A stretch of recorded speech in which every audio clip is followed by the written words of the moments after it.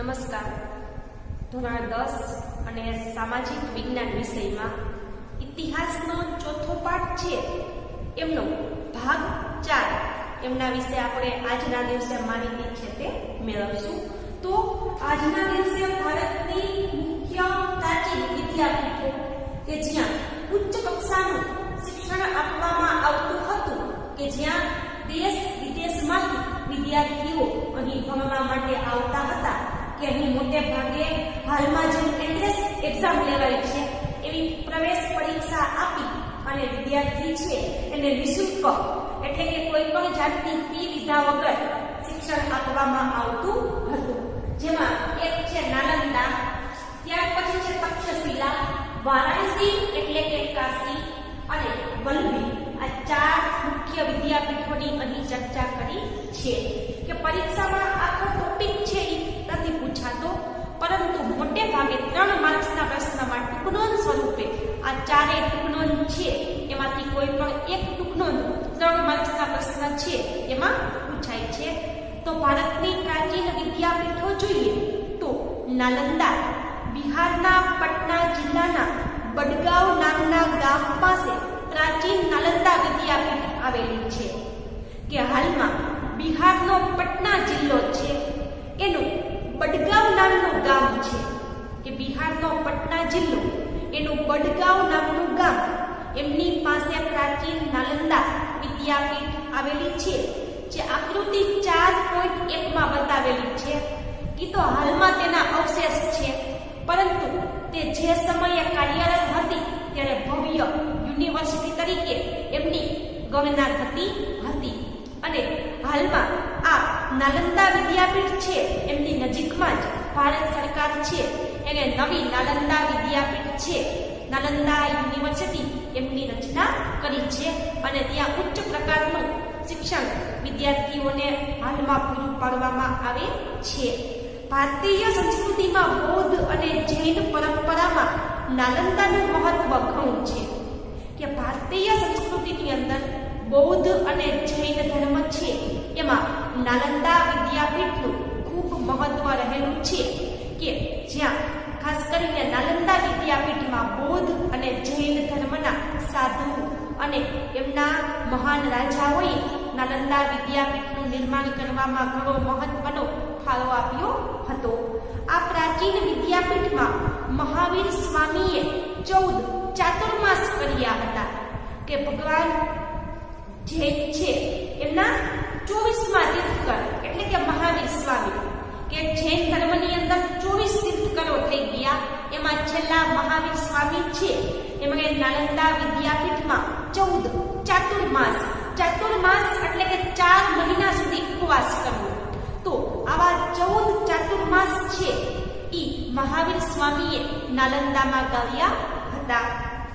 આ સ્થળ જૈન તીર્થ પણ બન્યું હતું. કે નાલંદા વિદ્યાપીઠ છે કે જ્યાં જૈન ધર્મનો ફેલાવો પણ મોટે ભાગે થયો હતો. 5મી સદીમાં કુમારગુપ્તે અહીં એક વિહાર બંધાવેલ. કે ગુપ્ત વંશના શાસન દરમિયાન ગુપ્ત વંશના રાજાઓએ નાલંદા વિદ્યાપીઠનું નિર્માણ કર્યું હતું. ઈસુની 5મી સદી જ્યારે ચાલતી હતી ત્યારે કુમારગુપ્ત નામના રાજા છે તેમણે નાલંદામાં એક વિહાર બંધાવ્યો હતો. વિહાર એટલે કે બૌદ્ધ ધર્મની અંદર ખાસ કરી અને સાધુઓ છે કે તે જ્યારે ઉપદેશ આપવા માટે જાય એમનું આરામ કરવા માટેનું સ્થળ. કે બૌદ્ધ સાધુઓ ભટકતા હોય તો એમને આરામ કરવા માટેનું સ્થળ એટલે કે વિહાર. તો કુમારગુપ્તે બૌદ્ધ સાધુઓ માટે નાલંદા વિદ્યાપીઠમાં એક વિહારની રચના કરી હતી.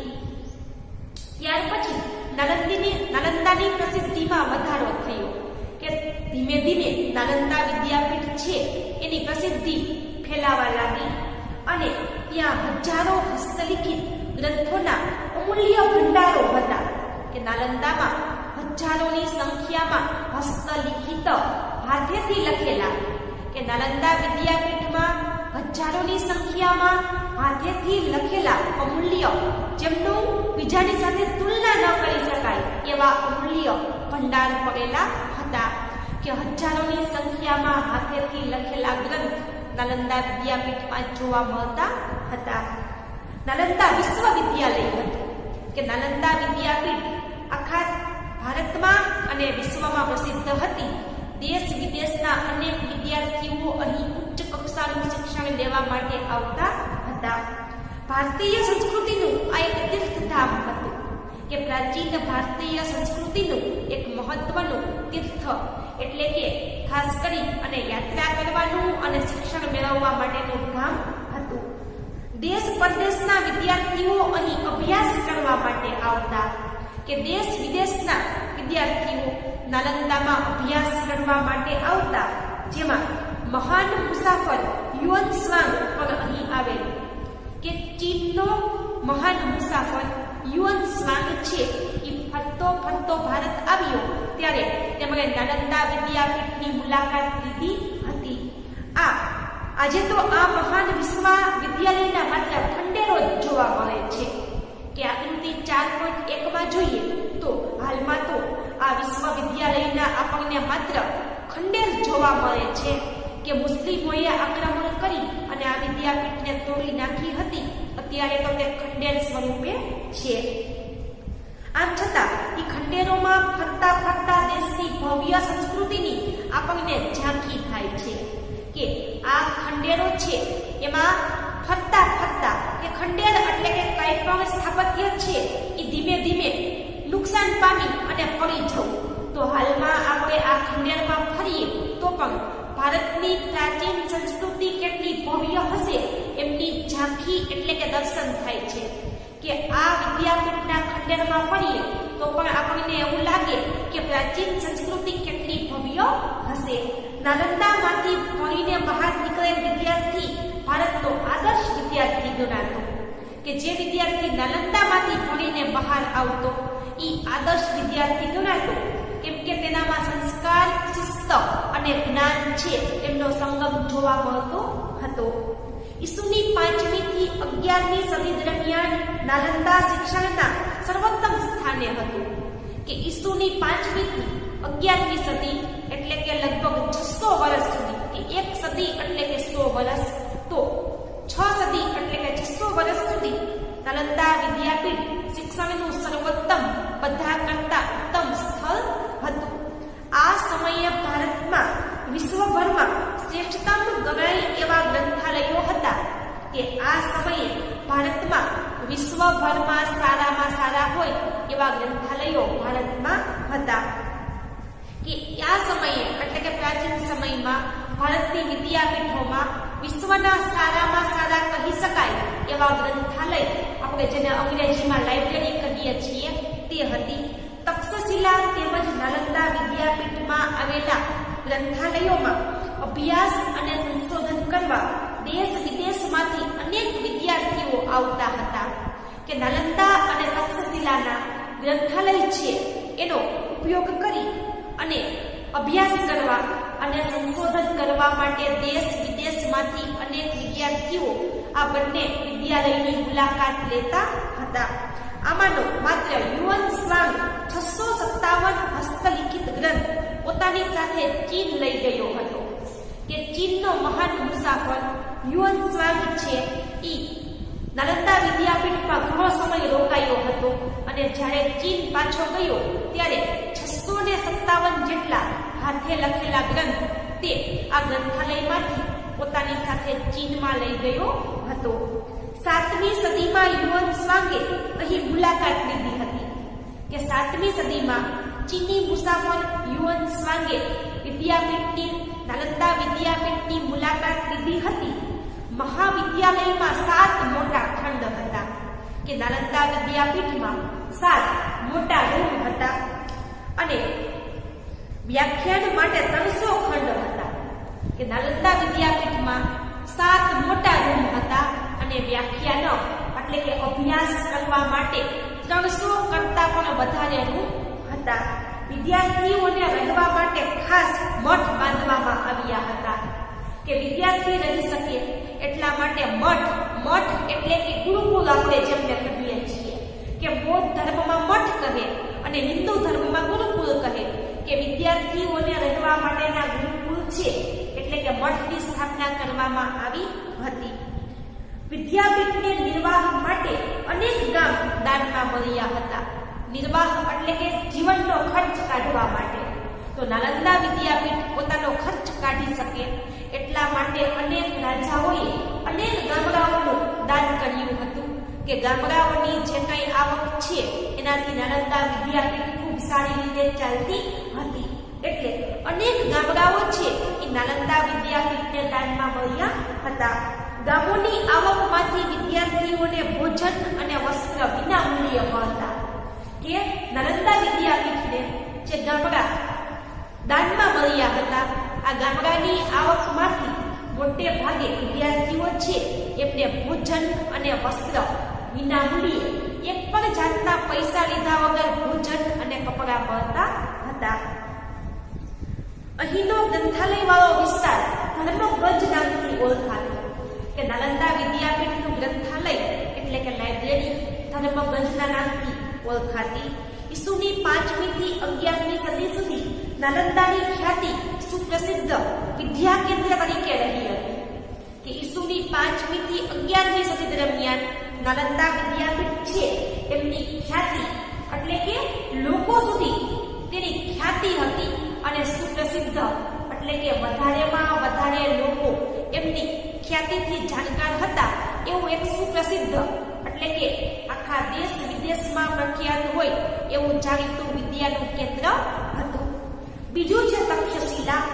વર્તમાન સમયમાં પાકિસ્તાનમાં આવેલા રાવલપિંડીથી પશ્ચિમે પ્રાચીન તક્ષશિલા વિદ્યાપીઠ હતી. કે આઝાદી પહેલા પાકિસ્તાન ભારતનો એક ભાગ હતો, પરંતુ આઝાદી પછી એટલે કે વર્તમાન સમયમાં જોઈએ તો પાકિસ્તાનનું રાવલપિંડી નામનું શહેર છે એમનાથી પશ્ચિમ બાજુ જઈએ ત્યાં પ્રાચીન તક્ષશિલા વિદ્યાપીઠના અવશેષો આવેલા છે. પ્રાચીન ગાંધાર પ્રદેશની રાજધાનીનું તે શહેર હતું. કે ખાસ કરી અને પ્રાચીન સમયમાં મહાભારતમાં જેમનું વર્ણન છે ગાંધાર પ્રદેશનું, કે મહાભારતમાં જે ગાંધારી છે કૌરવની પત્ની એમનું જે મુખ્ય એનું જે વતન હતું ગાંધારીનું, ગાંધાર પ્રદેશના નામથી ઓળખાતો. તો ગાંધાર પ્રદેશ છે એમની રાજધાનીનું શહેર એટલે કે તક્ષશિલા હતું કે જેનું મહાભારતમાં પણ વર્ણન થયેલું છે કે જે ગાંધાર પ્રદેશની રાજધાનીના શહેર તરીકે જાણીતું હતું. આ વિદ્યાપીઠમાં 64 પ્રકારની વિદ્યાઓનું શિક્ષણ આપવામાં આવતું હતું. કે તક્ષશિલા વિદ્યાપીઠમાં 64 પ્રકારની વિદ્યાઓ છે એ શીખવવામાં આવતી હતી. અહીં મોટા ભાગના વિદ્યાર્થીઓ ગુરુના આશ્રમમાં રહી અને અભ્યાસ કરતા હતા. કે તક્ષશિલા વિદ્યાપીઠમાં 64 પ્રકારની વિદ્યાઓનું શિક્ષણ અપાતું અને મોટા ભાગના વિદ્યાર્થીઓ છે એ ગુરુના આશ્રમમાં રહી અને ગુરુની સાથે રહી અને અભ્યાસ કરતા હતા. ભગવાન બુદ્ધના શિષ્ય જીવકે અહીં આયુર્વેદના પાઠ શીખ્યા હતા. કે ભગવાન બુદ્ધનો મહાન શિષ્ય છે જીવક, જેમણે આયુર્વેદના પાઠ તક્ષશિલા વિદ્યાપીઠમાંથી શીખ્યા હતા. કે આયુર્વેદિક વસ્તુ છે કે આયુર્વેદની મદદથી દવા બનાવવી કે રોગની સારવાર કરવી એ ભગવાન બુદ્ધના શિષ્ય જીવક તક્ષશિલા વિદ્યાપીઠમાંથી શીખ્યા હતા. અર્થશાસ્ત્રના કર્તા કૌટિલ્યએ અહીં અભ્યાસ કર્યો હતો. કે અર્થશાસ્ત્ર છે એમના મહાન કર્તા કૌટિલ્ય કે જે ચાણક્યના નામથી પણ જાણીતા છે, તો અર્થશાસ્ત્રની રચના કરનાર કૌટિલ્ય છે એમણે પણ તક્ષશિલામાં અભ્યાસ કર્યો હતો. દંતકથા અનુસાર રઘુકુલમાં જન્મેલા રામના ભાઈ ભરતના પુત્ર તક્ષ ઉપરથી આ સ્થળનું નામ તક્ષશિલા પડ્યું છે. કે દંતકથા એટલે કે લોકોની પ્રખ્યાત કથા. દંતકથા એટલે શું? કે લોકોમાં પ્રખ્યાત હોય એવી વાર્તા. તો લોકોમાં પ્રખ્યાત થયેલી વાર્તા પ્રમાણે જોઈએ તો રઘુકુલમાં જન્મેલા રામ છે એમના ભાઈ ભરત, એમનો પુત્ર તક્ષ, એમના નામ ઉપરથી આ વિદ્યાપીઠ તક્ષશિલાના નામથી જાણીતી હતી. 7મા સૈકામાં એ મહત્વના વિદ્યા કેન્દ્ર તરીકે જાણીતી બની હતી. 7મો સૈકો એટલે કે 7મી સદી જ્યારે ચાલતી હતી ત્યારે તક્ષશિલા એક મહત્વની વિદ્યાપીઠ તરીકે ઓળખાતી હતી.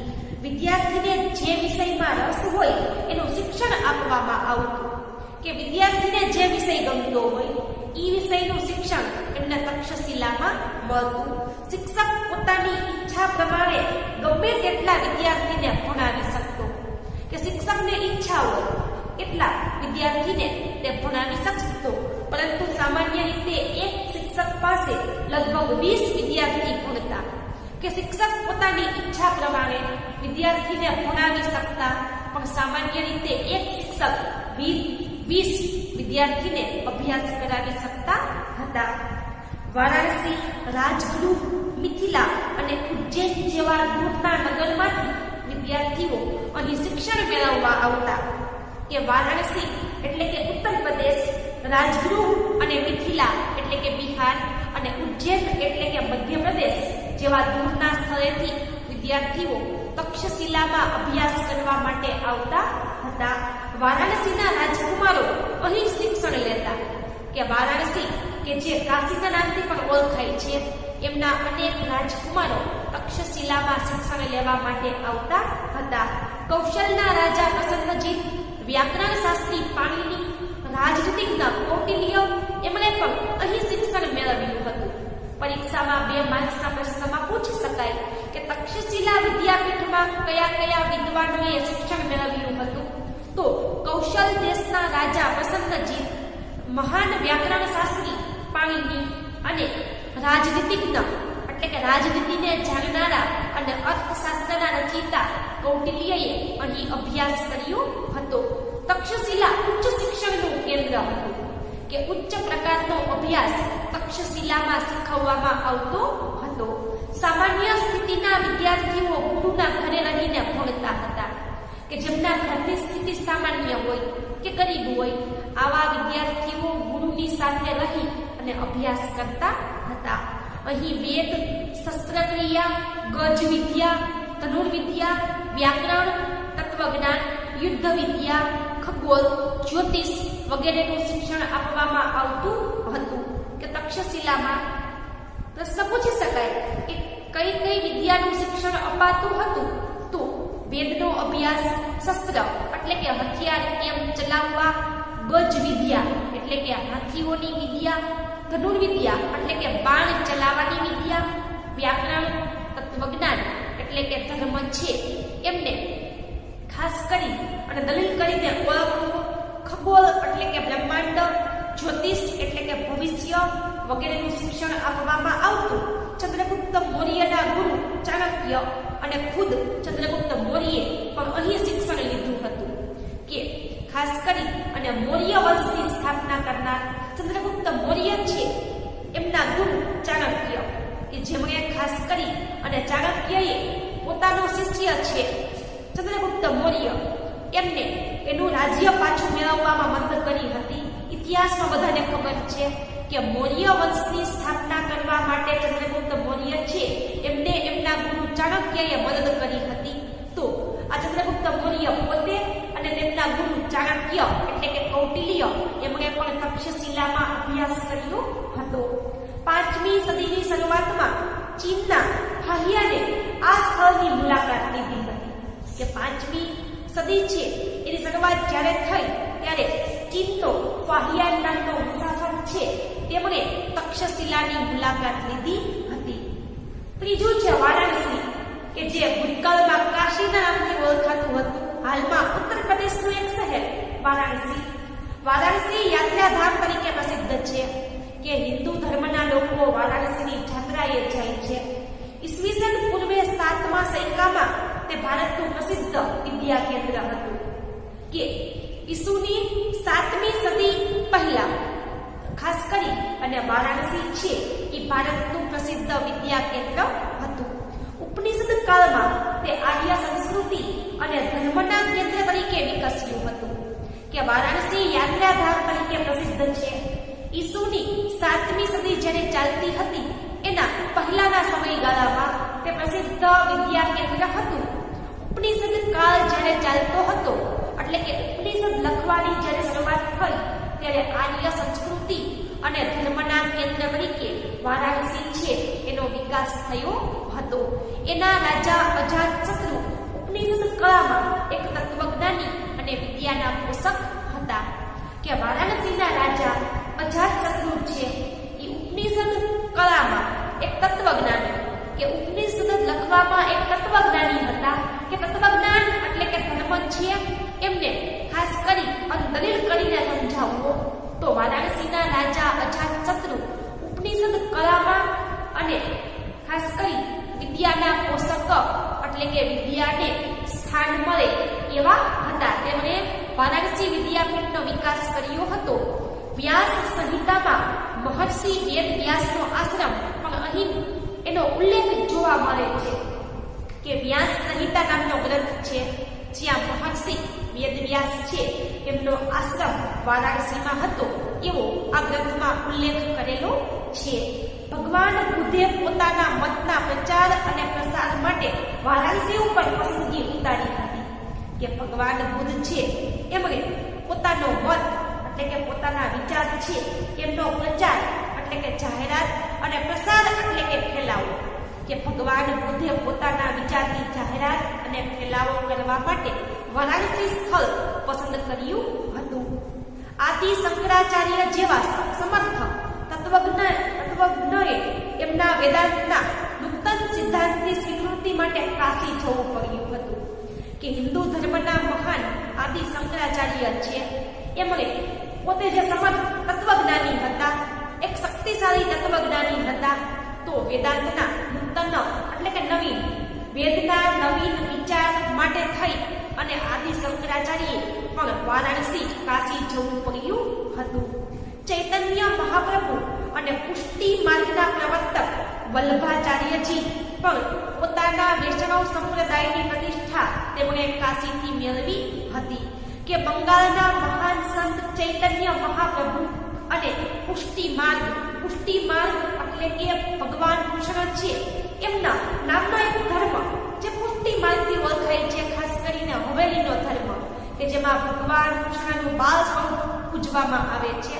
તો પુષ્ટિ માર્ગની જેમણે રચના કરી હતી એવા વલ્લભાચાર્યજી છે તે અને ચૈતન્ય મહાપ્રભુ આ બંને છે કે તેમણે સાથે મળી અને વૈષ્ણવ સંપ્રદાયની પ્રતિષ્ઠા માટે કાશી જવું પડ્યું હતું.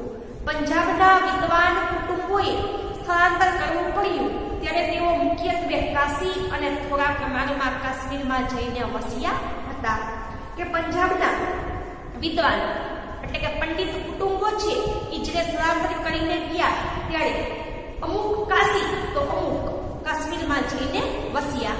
કે પંજાબના ઘણા કુટુંબો જે પંડિત હતા તેઓ સ્થળાંતર કરી અને કાશી અને કાશ્મીર ગયા. અન્ય રાજાના રાજકુમારો પણ અહીં ઉચ્ચ શિક્ષણ માટે આવતા હતા. કે અન્ય રાજાના રાજકુમારો છે એ પણ કાશીમાં ઉચ્ચ પ્રકારના શિક્ષણ માટે આવતા. સમ્રાટ અશોકના આશ્રયથી વારાણસીનો સારનાથ મઠ પ્રસિદ્ધ વિદ્યાધામ બન્યો. કે સમ્રાટ અશોક છે એમનો આશ્રય એટલે કે સમ્રાટ અશોકના રહેવાથી વારાણસીનો સારનાથ મઠ છે એ પ્રસિદ્ધ વિદ્યાધામ બન્યો હતો. કે જ્યાં સમ્રાટ અશોક છે એ અમુક સમય રહ્યા હતા અને વારાણસીનો સારનાથ મઠ એટલે કે સારનાથ નામનું વિદ્યાર્થીઓનું ગુરુકુળ છે એ પ્રસિદ્ધ વિદ્યાધામ બન્યું હતું. છેલ્લું છે વલ્લભી. ઈસવીસનના 7મા શતકમાં ગુજરાતનું આ વિદ્યાધામ અતિ પ્રસિદ્ધ શિક્ષણ કેન્દ્ર હતું. કે ઈસુની 7મી સદી જ્યારે ચાલતી હતી ત્યારે ગુજરાતનું આ વિદ્યાધામ છે એ અતિ પ્રસિદ્ધ શિક્ષણનું કેન્દ્ર હતું. કે ગુજરાતની એક મહત્વની વિદ્યાપીઠ તરીકે વલ્લભી પ્રખ્યાત હતી.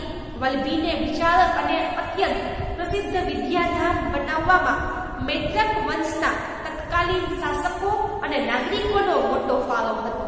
કે વલ્લભી વિદ્યાપીઠ છે કે તે સમયના લોકો વિદ્યાનું મહત્વ સમજતા હતા એટલે વલ્લભી વિદ્યાપીઠને મહત્વની વિદ્યાધામ બનાવવા માટે થઈ અને અત્યંત પ્રસિદ્ધ વિદ્યાધામ બનાવવા માટે મૈત્રક વંશ, જો વંશ એટલે કે કુટુંબ, એક રાજાના કુટુંબ છે કે ભારતમાં અનેક રાજાઓ શાસન કરતા હતા એવા ગુજરાતમાં મૈત્રક રાજાઓ શાસન કરતા હતા. તો મૈત્રક વંશના રાજાઓ અને તે સમયના નાગરિકો છે તેમણે મળી અને વલ્લભીને એક પ્રસિદ્ધ વિદ્યાપીઠ બનાવી હતી. 7મી સદીમાં ભિક્ષુ વિદ્યાર્થીઓ રહેતા હતા કે 7મી સદીમાં ખાસ કરીને બૌદ્ધ ધર્મના ભિક્ષુ એટલે કે ભિક્ષા મેળવીને જીવન જીવતા હોય એવા વિદ્યાર્થીઓ 7મી સદીમાં વલ્લભીમાં શિક્ષણ મેળવતા હતા.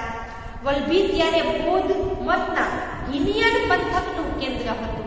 જો બૌદ્ધ ધર્મ છે એટલા મુખ્ય 2 પંથ છે, હિનયાન અને મહાયાન. તો વલ્લભી વિદ્યાપીઠ તે સમયે બૌદ્ધ ધર્મનો એક પ્રકાર હિનયાન એ પંથનું મુખ્ય કેન્દ્ર હતું. 7મા શતકની મધ્યમાં પ્રસિદ્ધ બૌદ્ધ વિદ્વાનો સ્થિરમતી અને ગુણમતી વલ્લભીના અગ્રણી આચાર્ય હતા. કે 7મી સદીનો મધ્ય ભાગ જ્યારે ચાલતો હતો ત્યારે બૌદ્ધ વિદ્વાનો એટલે કે બૌદ્ધ ધર્મના વિદ્વાન વ્યક્તિઓ સ્થિરમતી અને ગુણમતી વલ્લભી વિદ્યાર્થીના પ્રસિદ્ધ આચાર્ય હતા. દૂર દૂરના ગંગા યમુનાના મેદાન વિસ્તારમાંથી બ્રાહ્મણ વિદ્યાર્થીઓ અહીં અભ્યાસ કરવા માટે આવતા હતા. કે દૂર દૂરનું ગંગા યમુનાનો મેદાની પ્રદેશ છે ત્યાંથી બ્રાહ્મણ વિદ્યાર્થીઓ વલ્લભીમાં ઉચ્ચ પ્રકારનું શિક્ષણ મેળવવા માટે આવતા હતા. ચીની પ્રવાસી ઇન્સિંગે નોંધ્યું છે કે વલ્લભી પૂર્વ ભારતની પ્રસિદ્ધ શિક્ષણ સંસ્થા નાલંદા સાથે સ્પર્ધા કરતી હતી. કે આ સમયે ચીની મુસાફિર ઇત્સિંગ આવ્યો હતો. એમણે પોતાના ગ્રંથમાં લખ્યું છે કે તે સમયે પૂર્વ ભારતની નાલંદા અને પશ્ચિમ ભારતની વલ્લભી આ બંને વચ્ચે હરીફાઈ ચાલતી હતી. કે બંનેમાં ખૂબ સારામાં સારું શિક્ષણ નાલંદા અને વલ્લભીમાં વિદ્યાર્થીઓને મળતું હતું. વલ્લભી એક રાજધાની અને આંતરરાષ્ટ્રીય બંદર હતું. કે મૈત્રક વંશના રાજાઓની રાજધાની અને આંતરરાષ્ટ્રીય બંદર. બંદર એટલે કે દરિયા કિનારાની નજીકનું સ્થળ કે જ્યાંથી દેશ વિદેશમાં માલ મોકલવામાં આવે. તો વલ્લભી એક ખાસ કરી અને રાજધાની અને આંતરરાષ્ટ્રીય બંદર લગભગ ઈસુની 480 થી 775 સુધી હતું. વલ્લભીના શાસક મૈત્રક રાજવીઓ વિદ્યા અને વિદ્યાપીઠના મહાન આશ્રયદાતાઓ હતા. કે વલ્લભી વિદ્યાપીઠની સ્થાપના કરનાર મૈત્રક વંશના રાજાઓ છે એ વિદ્યા અને વિદ્યાપીઠ છે એમને દાન આપવા માટે તેઓ શ્રેષ્ઠ ગણાતા હતા. કે મૈત્રક વંશના રાજાઓ જ્ઞાન અને જ્ઞાન માટેની વિદ્યાપીઠ બંનેનું મહત્વ સમજી અને ઘણું બધું દાન કરતા હતા. આ બાબતની નોંધ લેવી પડે કે મૈત્રક વંશના રાજાઓ બૌદ્ધ ન હતા, સનાતની હતા, છતાં આ સંસ્થાને મદદ કરતા હતા.